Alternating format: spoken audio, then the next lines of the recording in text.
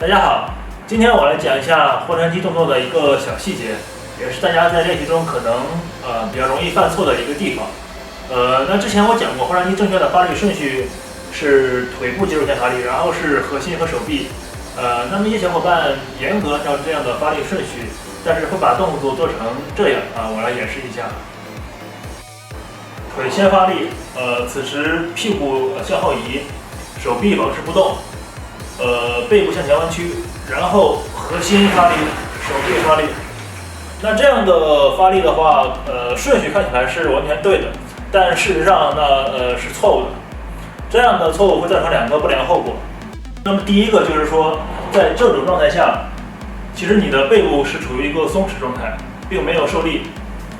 那么此时你的腿部、背部、手臂，其实各部分是处于一个完全脱节的状态。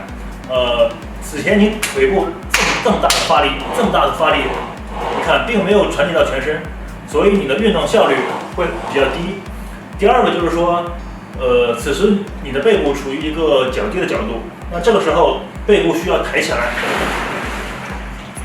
那这样背部的发力其实是很多的，那久而久之的话，会容易导致下背部的一个疼痛，甚至是受伤，所以还是比较危险的。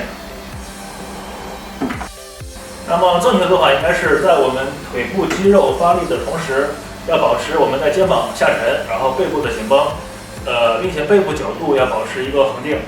那么此时通过背部紧绷的张力，去牵引手臂向后移动，手臂不主动发力了。那么此时把手的位置与臀部的位置应该保持一个相对固定。然后腿部发力结束后，核心、手臂这样完成一个动作。